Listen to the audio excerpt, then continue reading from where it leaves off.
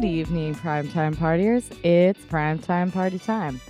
Welcome back to our hour of all things media and entertainment, live on the air at 9 p.m. at ptptshow.com and on your time, wherever you stream podcasts.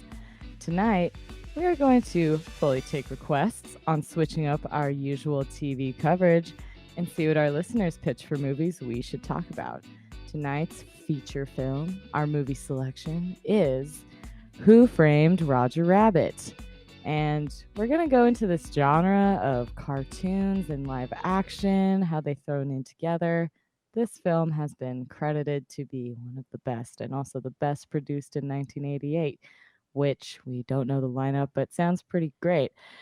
And it paved the way for other movies of its kind, like Space Jam. But we also know there's some others that try to do this, but can't accomplish what Who Framed Roger Rabbit has. Daniel, how you doing? Oh, hello, Tracy, and hello. We have a couple other people with us tonight on this episode of Primetime Party Time. Welcome back to the show, Brandon BMAC. Welcome, Wendy, JustTheFax, and welcome, Kyle. I think you were Bird one episode. Hello. Well, let's start off with some toasts and some roasts on the week. Tracy, what's up? Toast, and I don't really have too much of a roast, but I'll share it. But I have a couple toasts. One literal toast is that my brother and his longtime girlfriend got engaged over the past weekend. So yay, yay, yay. Congratulations. So that's very fun. Yeah, their dog was there for it, which I thought was very cute. So That's great. but the dog kind of has a sheepish expression of them being like, you can't see what I'm saying. This is audio, but the classic raising of the hand picture. But then the dog is just kind of like meekly under amused. So that's fun. And we're very happy for them. The other thing I did was went to the Van Gogh immersive exhibition, and that was pretty fun. I liked it. I was there for like 2 hours. I don't know if everyone would have stayed that long, but I went with my fam, and two people are very into photography, so there was going to be like a lot of time spent. But it's also in like a 35-minute loop, so you kind of have to stay like depending on when you enter, you most likely aren't at the beginning, so you kind of have to like let it loop a couple times to see, and you can see more. But it was cool. They had like little pods that were spaced out for like social distancing and stuff, and you could like look at it in the little square cushions and stuff and take lots of pictures. And like we were watching the credits too, and like Tom York was on it for some of the music, which was fun because they kind of animate the paintings to music. So that was cool. It was mostly classical, but there was something that was like a little more electric and something that was like a little more punky. And we're like, seems like Radiohead. But yeah, that was fun. And I don't really usually, it's like in the old Amoeba building is where they had it. So Yeah, okay. I saw them building that. Yeah, I was wondering what they were doing with that. I drove past that a little while ago. Oh yeah. That's and sweet. I had like a really like dark pitch for this place which I don't know how to take it, but you do end like all things that are art related, it usually ends in merch. So you do end up in like a gift shop, and they have pretty much, they put it on everything. Star Night on everything, Van Gogh on everything. The one thing that it seemed to be missing, which, probably, the living relatives would not appreciate, but is if you had a box of chocolates and then the chocolates are in the shape of like an ear. And then you could take those home because he apparently like gave the ear in a box. So I thought that would be fun. Like you could do either chocolate or marzipan, whatever is like more accurate. And it would be a little like, ooh. But then I read that was like very much the beginning of the end. So I was like, there's a reason why they don't like poke fun. Even though I say that. And then there was an advertisement for it that was like a pop art, just singular ear. So I also was like, can we make light of this? Even though it's somewhat the unraveling of a genius. Like, what I'm asking is, can we have boxes of chocolate ears? I say yes. I think that you should do a guest suggestion. Should be like, I went to the exhibit, and here are some ways you can improve it. You should hand everybody I chocolate have ears. some notes. I know it's funny because like the person who, or not the person, like the organization who did it, they like commented on my social media. I was like, who is this? And then I looked at it, and apparently it's like the same people who do all of the stuff for like a bunch of Broadway things. I was like, that's interesting. Because all of their things were like Hamilton and like a bunch of other musicals. And then it was like immersive Van Gogh. And I was like, that makes sense. It was very like, there's a lot of drama theatrics in it, which, and they also like, I do appreciate that many of the things I've gone to recently as the worlds open up are like catered to millennials in a certain way, which some people would be like, this is gross, but I think it's funny.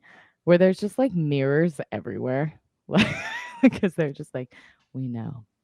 We know they want to do the mirror selfie. So what we're gonna do, we just like put fucking mirrors like all over this place and they will love it and they will stay longer.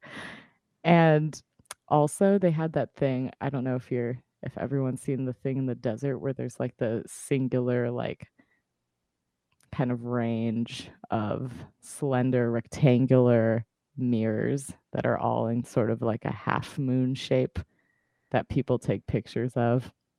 But they had that as well. And it's like they specifically were like, the Instagram girls love this. We must put this in the exhibit so that they stay longer, take many photos, and freely promote.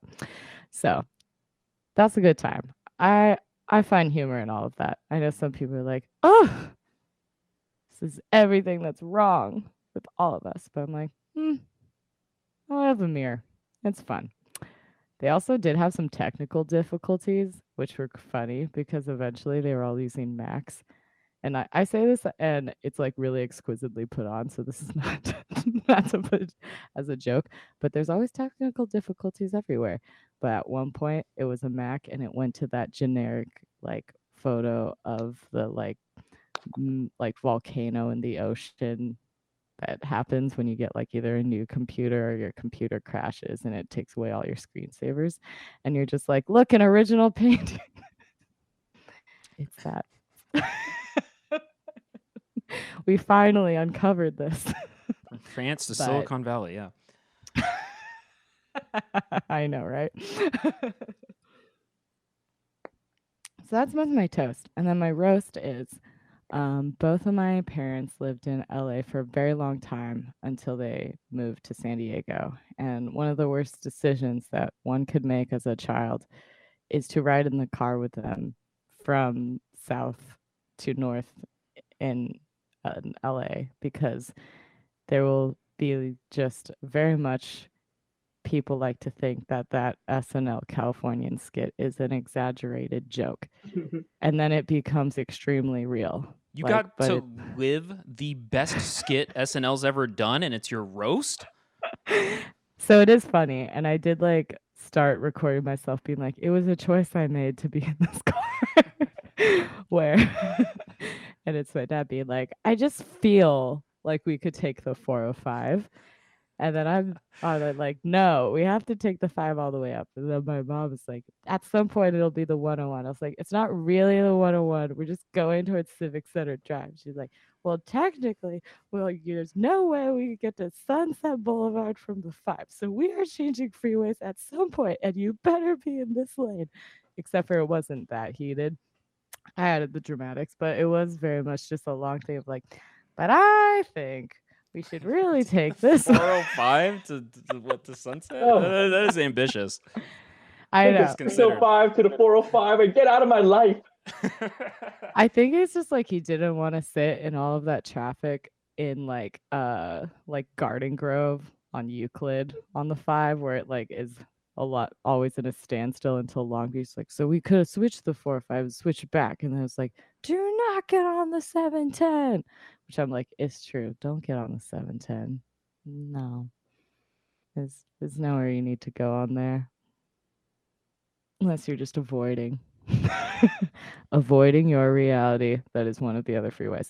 So yeah, that's it. It is a roast, but it is also because it is funny. And then once you're going home, it's not so bad. No, it was still a little bit like of the, but what lane should you be in? It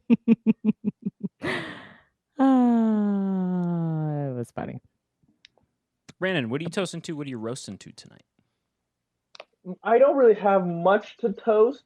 I'm sorry, roast. But my toast is to going out to my first bar in I'm not quite sure how long. I went to a little fancy little bar in Santa Ana with my friend Spencer, who some of you may know, and he danced up a storm.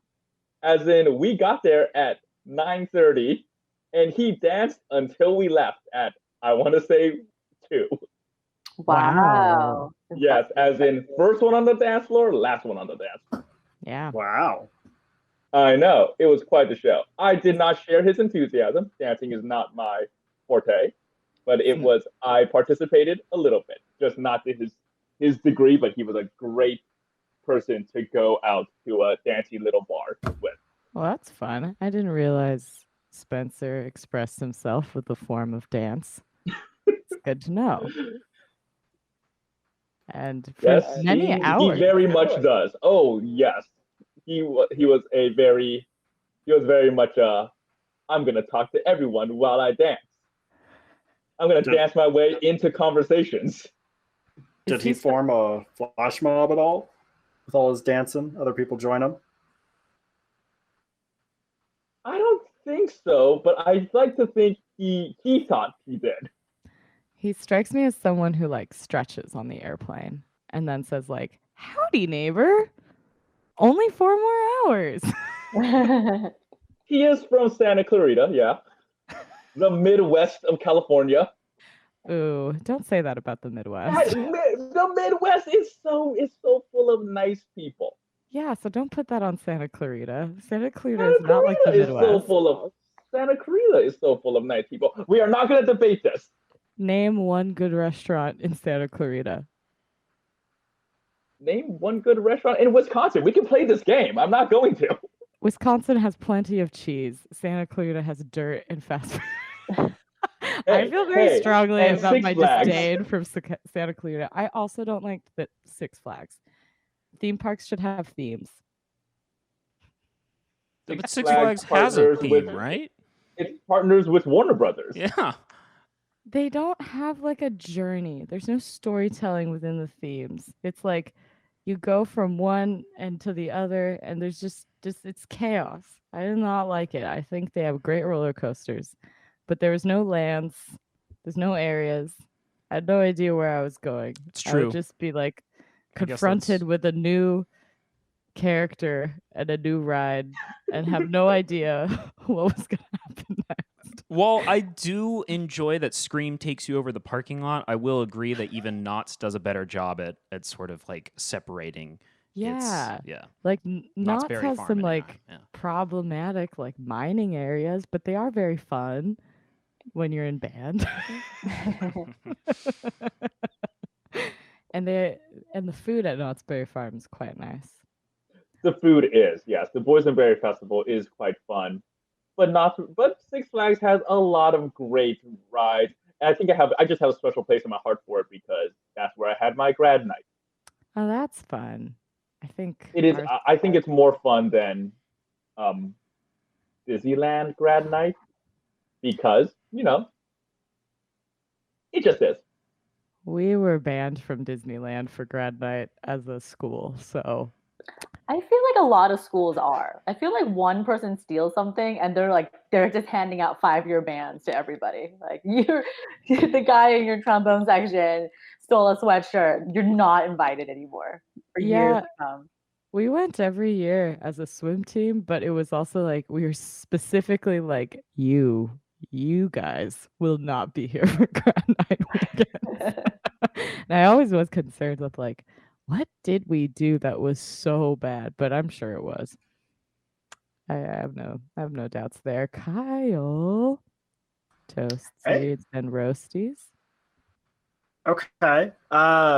Toast. I just finished a road trip yesterday, and saw a lot of cool spots in California and as well as Southern Oregon, Lassen National Park, the Crater Lake, as well as the Redwoods.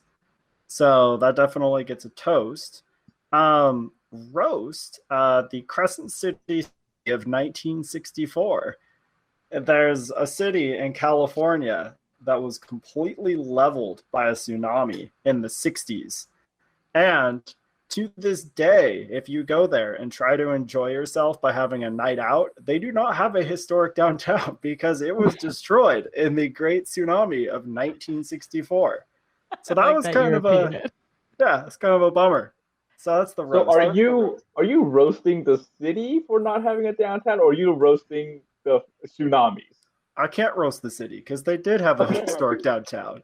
So I have to roast the tsunami. They got rid of the historic downtown.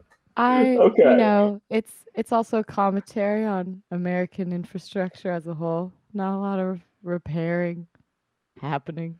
There's lots of towns, it sounds like, that just it's like, oh, you got wiped out by a tsunami. We forget about you.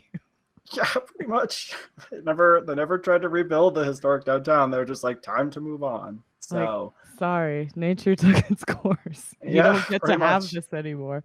Like, that's so bizarre. So weird. But fun. Did you go by the Golden Coast?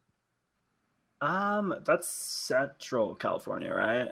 No. The part of it's like the Brookings, Oregon, like where they have it's sort of like at the southernmost part of Oregon. I wasn't sure what your driving path was. I see. No Oregon coast. There's a mountain pass that runs from Medford to Crescent City called Grants Pass. We took that. Oh, very nice. So, and then from there you went down through the Redwoods. Yeah, exactly. From there we went down through the Redwoods and then south on the 101. So that's definitely the toast. But yeah, I gotta call it that tsunami. That's a pretty big roast. Yeah, it's a roast to the shores as well. Wendy, what's your toast and roast for this week? My toast and roast for this week would be the same thing. It would be Cheers, the relationship between Sam and Diane. I think there's a lot of talk about like, will they, won't they? And I think the question should be like, should they or shouldn't they? And the answer is that they should not, because it's really cute at first. Like, oh, look, they have chemistry, they like each other. But because it's a sitcom, they don't last. And it was fine for the first episode 1 to the second season. And after a while, it's like, okay, you guys are awful people with no emotional growth because you keep going for the same problem because it's a sitcom. And so after a while, like, this is really painful to watch. You guys should not be together. So. Ooh, kind of like in that Who's Afraid of Virginia Woolf type way, where you're like, I really hope I never end up like this. Yeah, and also it's entertaining, but then the more you watch it, the more you're just doing like Groundhog's Day. It's just the same problems over and over again. So so that would be the toast and the roast. So enjoy Cheers, but not too much. You're like, I'm doing a Cheers, and then I'm also pouring some out. Yeah. For the people who don't love themselves enough to get out of a bad relationship. Yeah.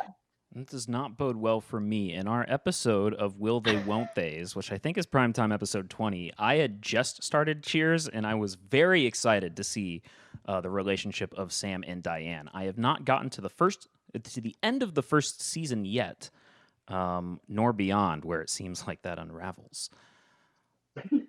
Well, Oh, no, here you go. No, I was going to say, well, that should be an example of update episodes. Like, you know what? I used to love this show, and then weeks later be like, do I still love this show? I don't know. So yeah, we'll see. I'm really enjoying it right now. So this is interesting. So I think without further ado, we'll take just a little break to prep, and then we're going to get into our listener feedback for Who Framed Roger Rabbit.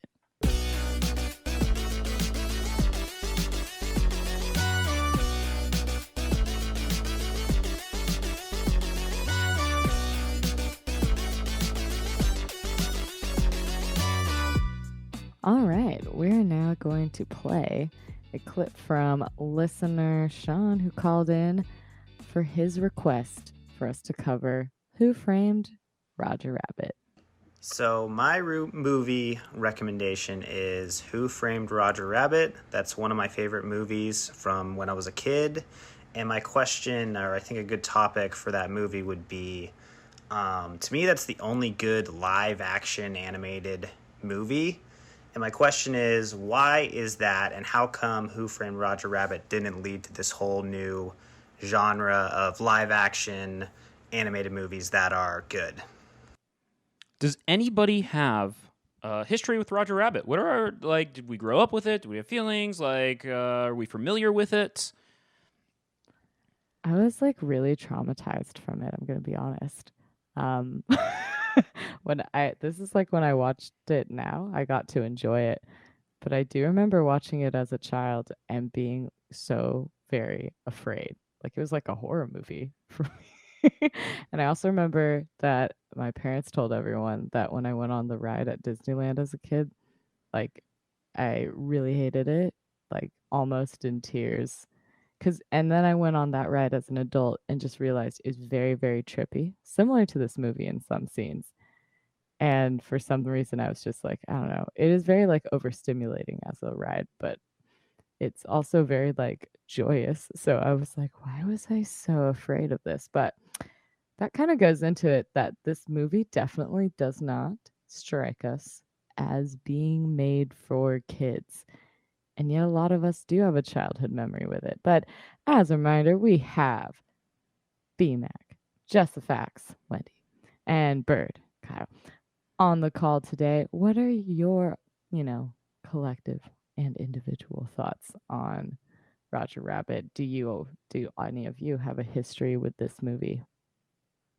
Well, I don't have a huge history with it, but I could totally understand how it is easily confused uh for a kids movie, because just from the fact that it has like kids cartoon characters in it, even though the vast majority of them are background characters or doing cameos.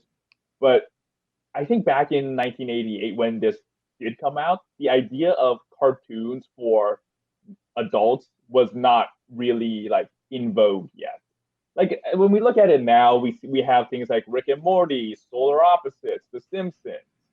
Even though this movie was 5 years away from, or was around the same time as The Simpsons, um, cartoons for adults were just like a new concept that people were like, yeah, it's cartoons. We could put our kids in front of this and watch Jessica Rabbit sing seductively.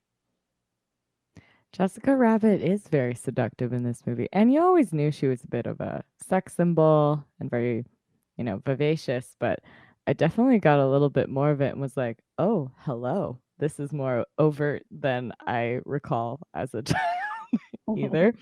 I was just like thinking of like just the glittery figure just kind of like bouncing around right in the scene. And then like also kind of all of her like, it's very similar to kind of, I mean, she's supposed to be very much a Marilyn Monroe-esque character, but also I like to, since it's satirical, it reminds me of like Madeline Kahn in Blazing Saddles, where she does like her sort of like singing in front of the guys, but she's kind of making fun of all of them, but they're all also still drooling over her kind of way. So yeah, there are a lot more layers to this movie, I think, that we're picking up on as adults, since it was like, oh, I can't think of parts of this story that would also be very engaging for kids.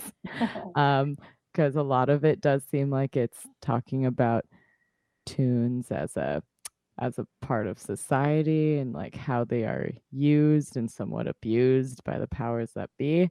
And then there's, the Jessica Rabbit character kind of has the classic line of like, it's not easy, being a woman the way I look. And then she says something like, I was just drawn this way, which I think is kind of a cheeky way of being like, this isn't really my fault.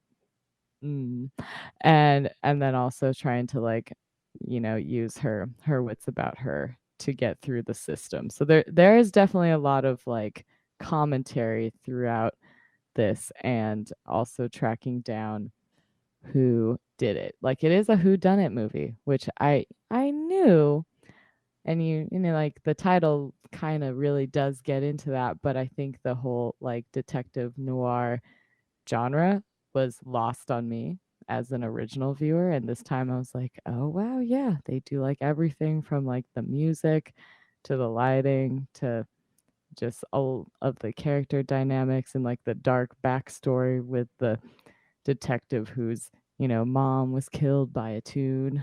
Like that's it Brother. all. Or brother. Yeah. I thought he said mother. No, it was I his brother. misheard. Oh, that makes a bit more sense. But yeah, I had the fan on quite loud while I was watching this. So I just kind of through the thick New York accent, I heard, Anna, when I killed you. Yeah. So Daniel, what was your history with this movie? I must have watched this as a child. I remember certain frames of it. I am fairly unfamiliar with it as an adult. I don't really have too many big memories of it. It's been coming up a lot in my life lately, so this is kind of interesting timing. It was time to watch it. It's discussed thoroughly in the first couple chapters of Disney War. And it shows up quite a bit just due to its sort of public transportation scenes in the wonderful documentary LA Plays Itself, or Los Angeles Plays Itself, I suppose. One of those is, I think, porn from the 70s, and one of those is a documentary made in like 2003. So whichever one is the documentary. This was actually today was my first time watching the movie full. Just being an adult and sort of noticing like, oh wow, this is a period piece, and it's got Christopher Lloyd, local Santa Barbara celebrity figure, who I had only really known from Back to the Future and My Favorite Martian. I suppose he obviously would have had a full career, but it is sort of fun to see him play. What is it? Judge Doom. Judge Doom. Judge Doom. And whatnot. And but yeah, that is my complete history with the movie. Nice.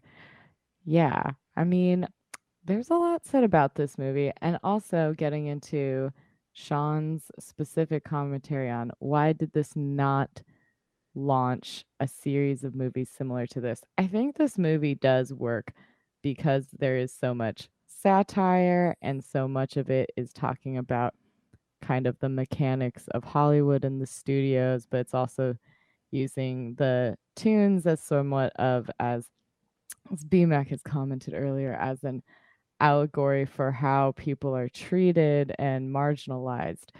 And yet the person who's hurting them, kind of like in this vendetta, also ends up being a tune itself, is kind of the switch where you're like, oh, now what is this trying to say about stuff, is like people in the community causing harm, and kind of literally being in the shell of the human character. So that's like, there's a lot to be said, and this movie has been definitely um torn apart a lot, and not in a negative way, but more in a like, it is the hot topic of a lot of film reviews. Though I did read a bit about it, because like Daniel said, it has been kind of popping up more in the news with the recent Space Jam sequel, since that is kind of another movie that is similarly beloved, but maybe a little bit less critically acclaimed, because I think this one gets a little bit more on those like highbrow film lists because of all of the depth within this movie, where Space Jam is definitely a little bit more like, it's a jam. It's more of a party. There's like, it's more fun filled. And this movie is a lot like, it's, visually darker. It's also substance wise much darker. But yeah, we also had a clip to share from Mary, from listener from the show, who had thoughts on both Roger Rabbit and how it relates to movies like Space Jam. Yeah, listener Mary wrote in and she says that Roger Rabbit was iconic from collaborating both the toon world to the real world without commonly using computers like we do today. Jessica Rabbit is still like the epitome of a sex symbol, animated or not, and I can literally still remember how scared I was of the dip. It was both a comforting movie with its bits of toon comedy, but I definitely had nightmares as a kid from Judge Doom's beady little eyes and his round glasses, seriously made like 10 times creepier. And the image of him getting ran over by that steamroller with one of those like awful emojis. But, you know, in her mind, she thinks that it really paved the way for movies like Space Jam to come out and make us imagine that there is this physical place where toons live and are among us, not just on the TV. That is true. It is a bit of the screen coming to life in a much more literal way. So, since we have our PTPT roundtable present, what are our thoughts on Space Jam in light of Roger Rabbit having this? Yeah, it's very impactful on us as viewers because regardless of if you loved it or you were afraid of it, you remembered it.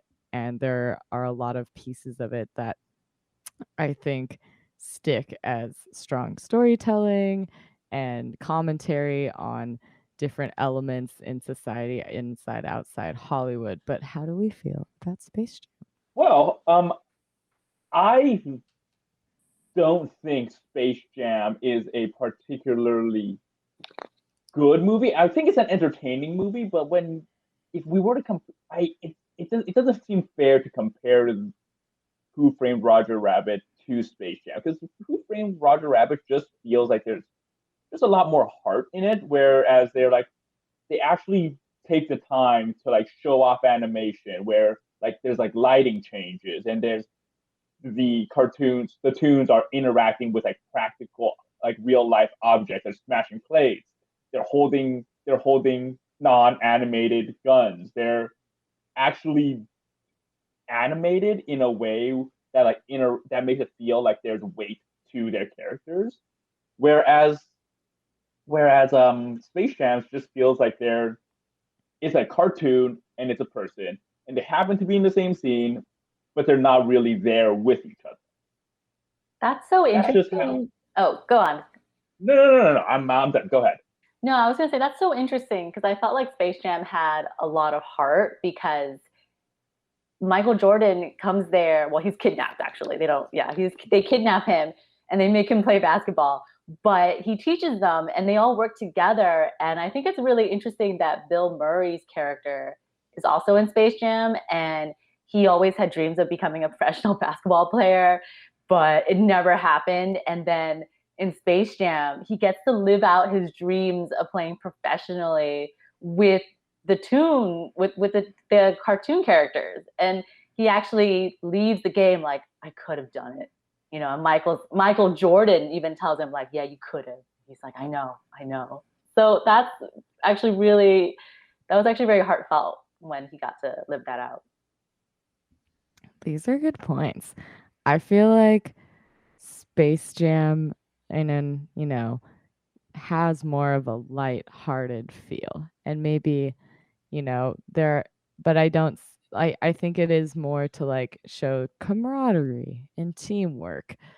And I get less of that in Who Framed Roger Rabbit because you are in a murder mystery. So there's that element. It's not like, what if we all played basketball and the world was a better place? And this is a little bit more like, let's dive deeper into how much the world is not a better place.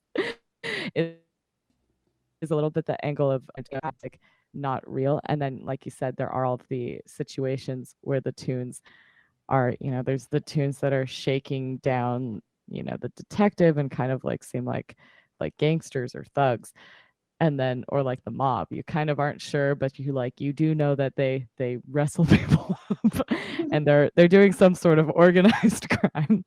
And then there are kind of a lot of like seedy establishments, like where Jessica Rabbit sings does not necessarily seem like, you know, her I you just like you get kind of the idea of like everyone's trying to get by in that movie, and in Space Jam it's more like, what if we all reached our full potential? What if I got to live out my basketball dream? And Yeah. so it is like, I feel like these takes are good because as much as the genre is similar of live action and cartoons, they do seem like very opposite movies in that sense.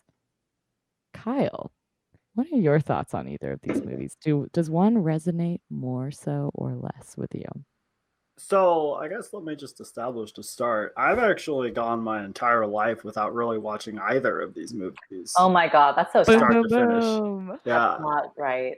yeah. I don't know. It just that being said, though, I do want to say start to finish, right? So I do remember Roger Rabbit. I think it was elementary school. Our substitute teacher came in and she actually did put Roger Rabbit on. And I probably had to be like maybe 9 or 10 when this happened, right?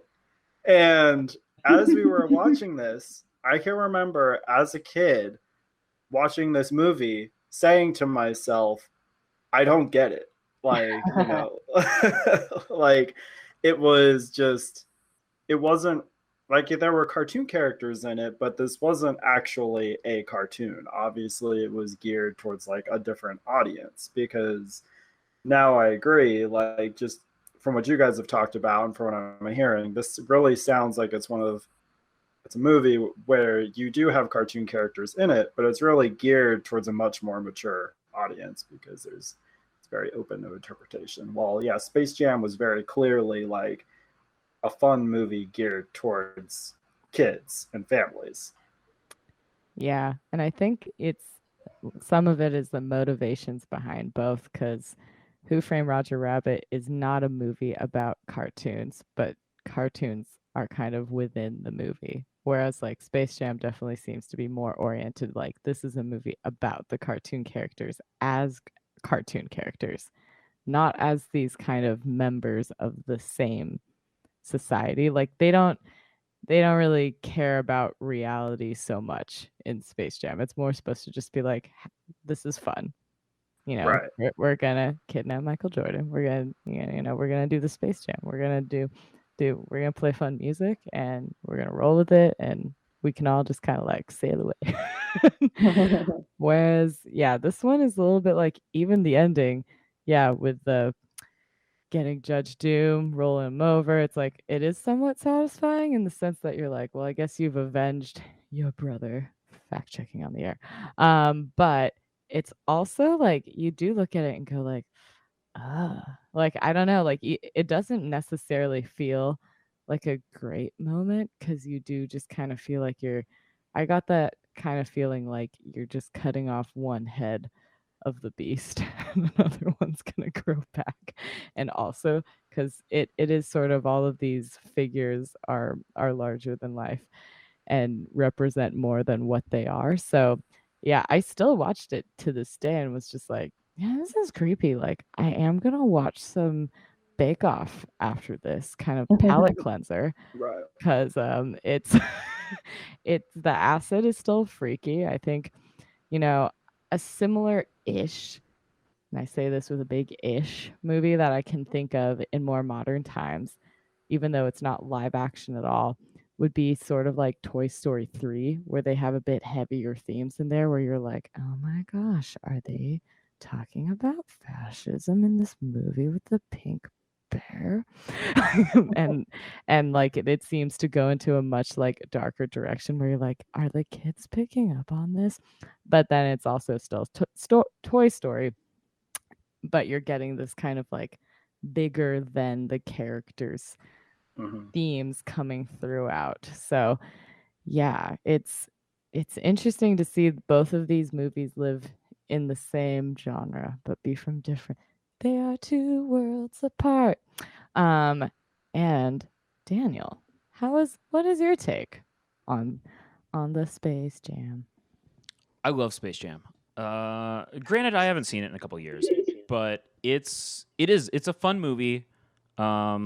It's great to see like an athlete larger than life like Michael Jordan, get to work with, Bugs Bunny and go up against whatever those villains were, but I remember them distinctly. And of course, like Wendy said, like Bill Murray's really heartfelt moment in the movie. And I don't know if I made up the scene in my head or if it actually happens when he's called off from the bench in the final game during a critical moment. And yeah, it's all just really fun. Roger Rabbit it's a deeper movie. By a lot. Yeah. The more and more I think about it, it's pretty crazy actually how much there is to Roger Rabbit. It's pretty amazing. The main character is battling alcoholism throughout the movie. That is true. He is taking many shots of what I think is bourbon throughout, Yes. but it is very much in an undisclosed bottle. Yeah. I'm Like I pretty said, sure it's like whiskey kept in his gun holster. Yeah. And it's fitting. Like I said, sorry, go ahead, Daniel. Oh, I was just saying, it's fitting that the person who cares most about him, her first scene is her stopping him from taking one shot. To the alcoholic comment, I was just going to say, like I said, as an elementary school student, I didn't get the movie. I am going to say that whoever got their teaching credential and then was like, I'm allowed to just like play Roger Rabbit for this class because I'm subbing and Mama's gonna get paid and watch a nice feature film. You're like, somebody loves themselves a lot, but also does not want to think of the children as our future. Yeah, Space Jam would have been the play there.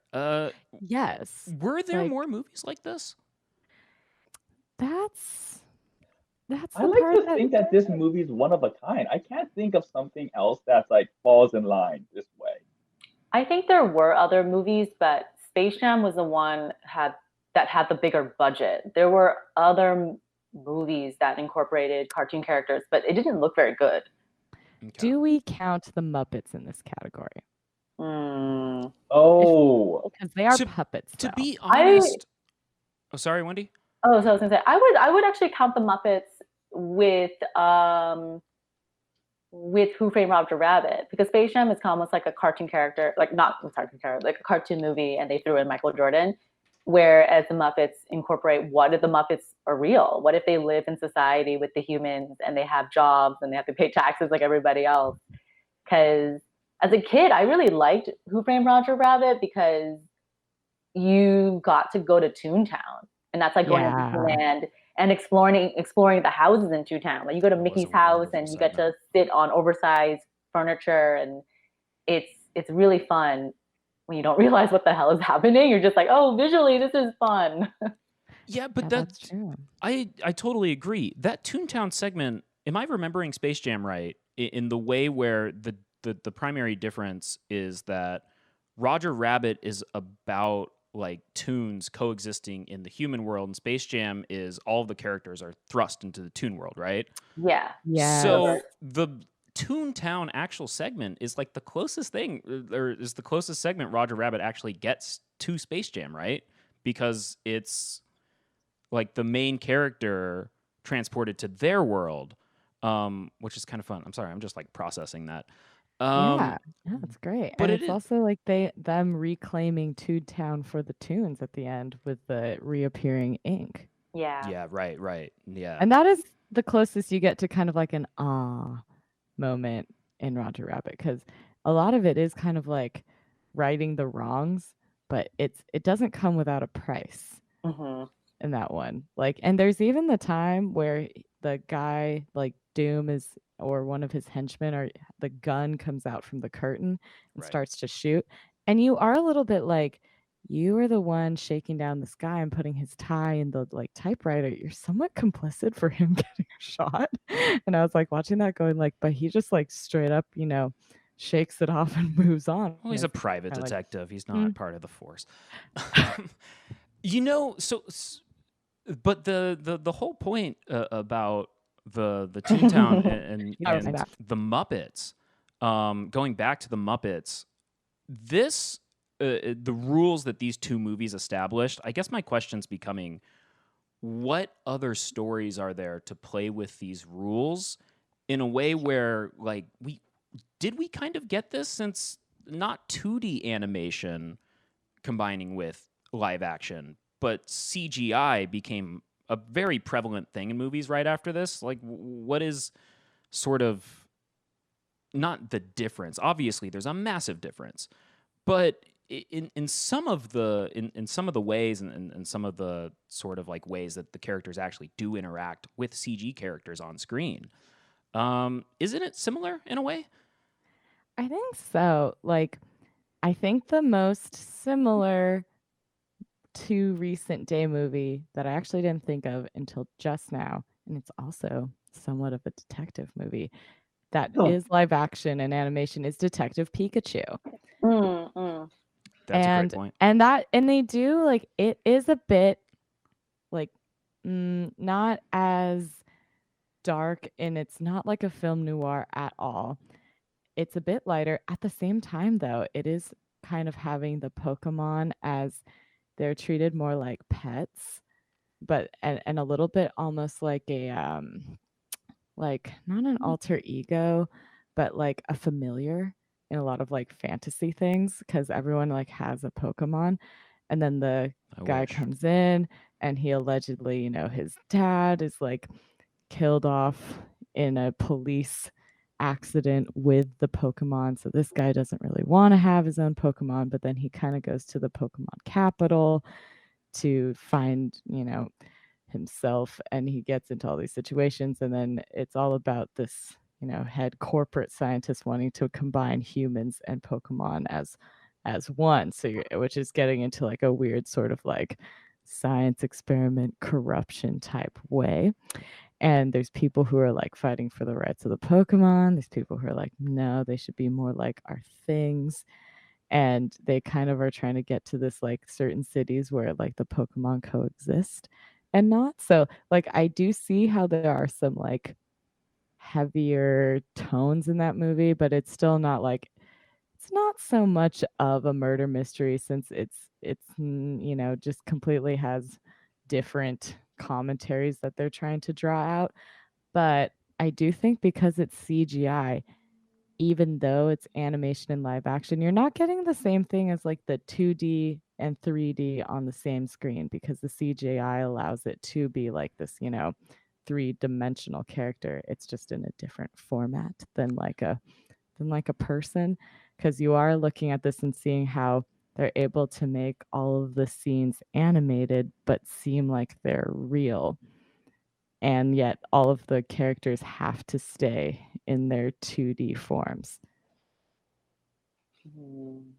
So Are you that's like saying that since it is CGI, it's too realistic and therefore it loses a bit of the impact of like a tune, like a very toony tune? Because the art it, style is trying to play within the world of the movie and not combining it with yeah, an art style.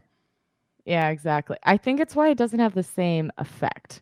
Like I didn't think of that movie in the same way as I would think of Who Framed Roger Rabbit, because you are a little bit more immersed in, oh yeah, they're just like a part of the world, because they are more realistic and they kind of fit in. And we've gone really far in that CG animation. But if anyone has a different take on that, like Daniel, does that sort of answer your question about like whether we should group these together, or is there more to it? I keep reading about this like big Spider-Man movie that's going to come out in like a year or two, and that they're trying to combine all the different Spider-Mans, and they're trying to do like a Spider-Verse thing with live action. If that has Spider-Verse, like the actual like Into the Spider-Verse characters within that movie in some way or another, that'll be telling, right? Because we'll think that that's Yeah. different than the rest of the movie. And because my brain right now thinks that that would be different than the rest of the movie, then yeah, I agree. Yeah. Yeah, because I do think we have other iterations of this, but I think, listener Sean's comment is the identifier was ones that are good. So I think, I'm looking at like Well, it's other hard to make a movies good that movie. kind of, yeah, I know, right? That come on this list. And I mean, some of them I think are still like reverential, but maybe not getting the same sort of acclaim and some of them fall into the CGI category. So you would maybe not think about them the same way if you're thinking about like the Scooby-Doo movies that have the live action but the CGI Scooby. Or they had the Rocky and Bullwinkle movie, which not super, I think, largely popular, that had I've live seen action. it. Oh, you've But seen it? Okay. I've I was like, seen I it, wasn't but sure if that one was Robert De as Niro's the villain. It's really Yes. weird, but it exists. It's for a particular crowd of people who really liked Rocky and Bullwinkle. Or there's the Casper the Friendly Ghost Oh yeah, series. Casper. Oh yeah, Yeah. that movie was so sad. Really sad. Even the one with Hilary Duff is sad, where they're like sucking them into the vortex. So It was like an emotional gut Would- punch with the dad. yeah. And then there's 101 Dalmatians is probably the bigger Disney one. And Wait, 101 Dalmatians is live action and animation put together? there's the Cruella de Vil. That's live action amongst the Dalmatians, no? They're not combined though. It's not they're not, animated. yeah, And then she's next to Right. yeah. They're I thought that was separated. all live action. Yeah, it was all Or live is it okay? Is it like a situation like in what's that movie Enchanted where it's like some of it's animated and then the majority of it takes part in real world and then animated again? You know, it's been a while since I've watched this one, but I'm interested because it came on the list of live action cartoons, and I'm seeing the cover art with cartoons and the human, but it is the 1996 version, opposed to the original animation one that is from the 60s, it looks like.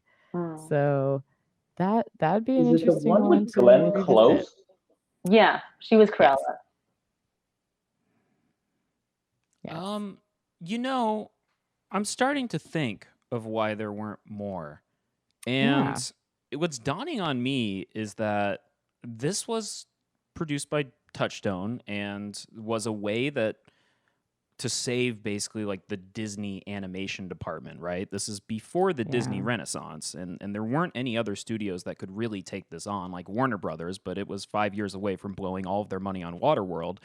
And Jeffrey Katzenberg, who was the studio head of DreamWorks, like was making this. And then when this became a success, and shortly after, it was what? Beauty and the Beast and The Little Mermaid and The Lion King and hit after hit after hit after hit for 10 years. Was there any even space or anyone to take up the mantle here? Not really. And those are all, they fall into the fairy tale category instead of this one, which is, it could not be the opposite of a fairy tale. And one thing that comes to mind is a show that we've covered on the podcast is like Who Framed Roger Rabbit. Instead of it saying like kind of making the ground for Space Jam, I almost feel like it paves more of the way for the Animaniacs, where they're kind of going like, let's go deep into the studios. Let's make fun of everyone. Let's make fun of politics. They do it in a much more lighthearted and somewhat positive, but still very satirical way, and with song. But it seems more from that universe of kind of taking all of the elements from the studios and putting them against each other, even though it's produced by the studios. So that's something that I'm thinking about as we're processing all of our thoughts about this movie. But yeah, I think you're right. I think it's hard to place, since this is an 88. It is kind of like the last experiment before it's just like, everyone's hitting the home runs with each one of the animated Disney features for, I don't know, good decade. Yeah. I wonder if they just wanted to go towards a happier route, because I feel like when you bring a person into an animated world, it's always happier. For example, before Who Framed Roger Rabbit, I think the example I'm thinking of is Mary Poppins. Oh, yeah. Whenever they go into an animated world, it's just like a nicer world. And whenever the animated characters go into the human world, it's just awful. Like they just deal with so much, and it's yeah, it's like a reverse fantasy. Like if we go to their world where the cartoon characters are, it's just like a better time. Yeah, then it's super Yeah, califragilisticexpialidocious. and you're dancing with penguins. And then after you leave that, then you have to go back and work at the bank. Yeah, or you got to clean chimneys. I mean, come on. And they just find Dick Van Dyke at the park. Yeah, You're kind of like, he's living a rough life, but he's singing, yeah. he's dancing, he's having a good time. But yeah, that's a good point too. Cartoons became more of an escapism and less of a zoom in on the perils. So question for the group. Yes. Would we consider Ghostbusters, the original 1984 version, to be animated, or are we just going to call those special effects? I don't think it's animated enough. No, the ghost is quite, I'll give you that as I can see why you would want to put that in this category, but there are not that many cartoons, and the Michelin Man definitely is a bit more like a model, special effects. Yeah. But it is I am that very much branding coming to life. So, it is a logo turning into a monster. So I do, on one hand, I'm like, it's a stretch, but it's kind of there. Daniel, you look like you have thoughts on this. Yeah, I just keep going back to the argument that like movies like Roger Rabbit and Space Jam, the rules bend in both directions so that the 2D animated world and the live action world like become one, and they have to sort of like play by each other's rules, sometimes literally. I think these other movies that sort of use, whatever type of animation in sort of spectacle, and as in, granted, I haven't seen Ghostbusters in a very long time, so I don't know if the Michelin Man has a character arc or if we learn a lot about like his world otherwise. Not so much. Yeah, I think that's the key, right? Is like what is it servicing for the story, and in this case, these movies, just the way that the characters have to interact on both ends. There's this great moment in Roger Rabbit during the climax where they're kind of defeating the villains, the cartoon villains, and they're doing it by using animation comedy, like physical animation comedy, in a way that it's like not. I didn't find it funny. Maybe in the theater I would have in 1988. But what was great is that the characters did. It was like they were defeating them with their own language, and it was still satisfying. And I think that that's all the difference, right? Is it pulls from a totally different world, a totally different type of storytelling, and a rule book for storytelling, and a language, and plops them together and is like, all right, fight, like figure it out, like what happens here. I don't see that in the other movies, that whether they have animation, whether they have special effects, at least to that extent, maybe, yeah.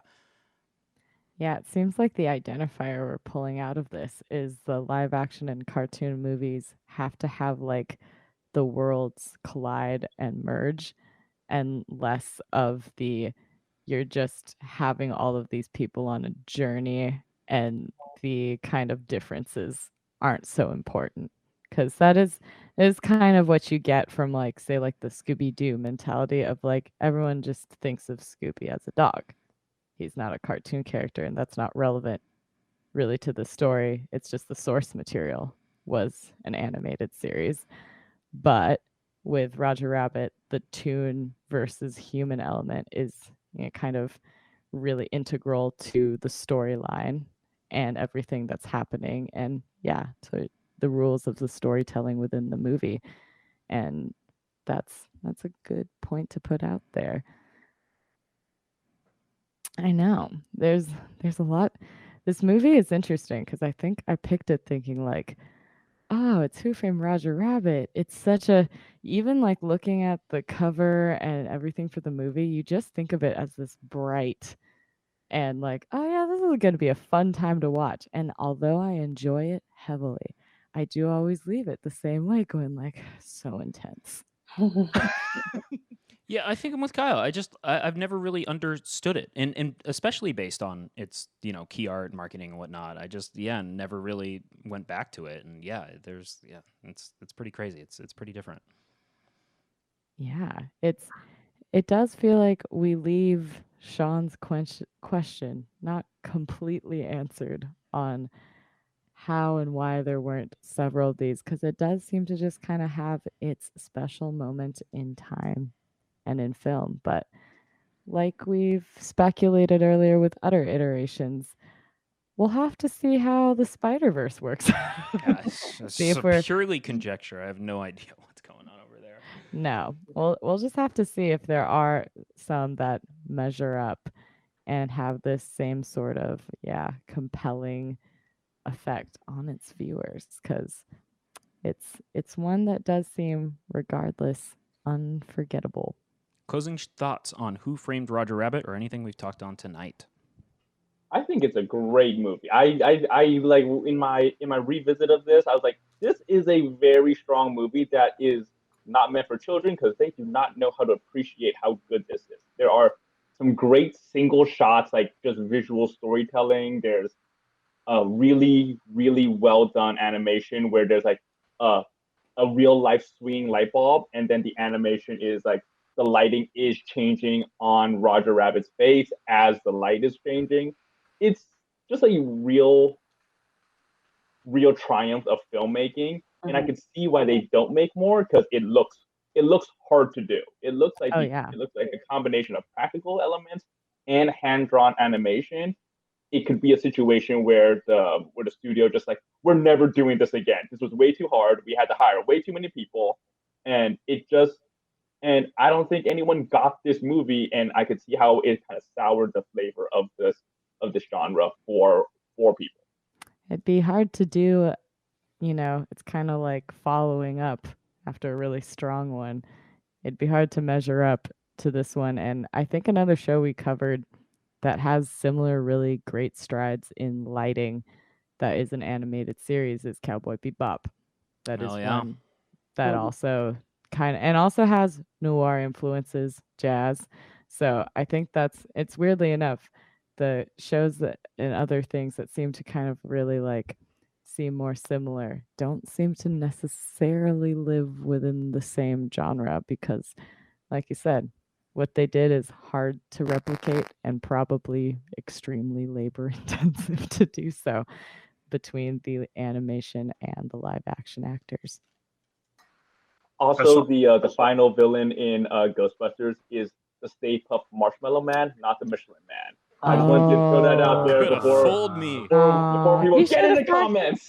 Oh, you should have fact checked earlier. I don't know why I always remember it as the Michelin Man, because I even was thinking like, yeah, we did not have any, storytelling coming from that character. Would he just, if he like came to life, only give you like discount tire deals? It seems like it would have hurt the brand because there's not really as friendly as the character looks, that you don't get the warm and fuzzy you do from eating marshmallows as you do buying tires. No, and the Stay Puft Marshmallow Man is better because it is not trademarked. So they're probably able to just really, really roll with it. You're like, yeah, take that, Jet Puffed. We'll have none of this. But yeah, I think that's good. It's good. We keep it real on this podcast. No stone left unturned. No Michelin Man staying. So on that note, I think that's a wrap on Who Framed Roger Rabbit.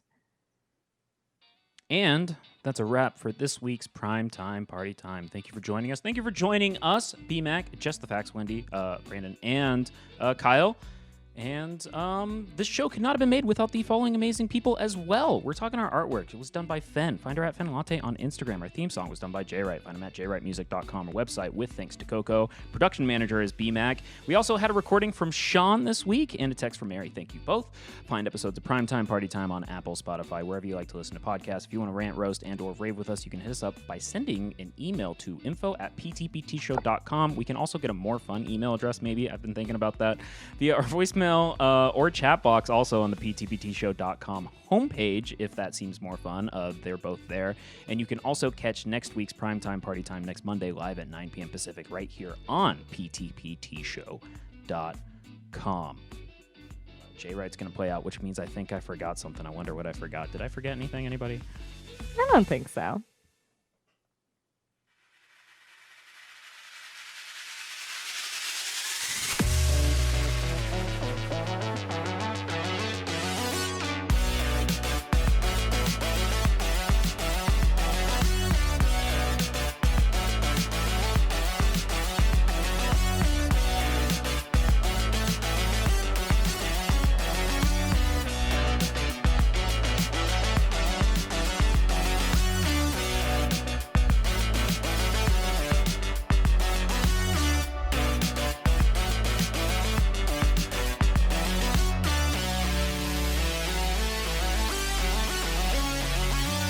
Name that movie. Bad food, worse weather, Mary fucking Poppins, London. Nobody. All right. That's Snatch, and it's the only reference of Mary Poppins that I know. I've not seen the actual movie. Snatch?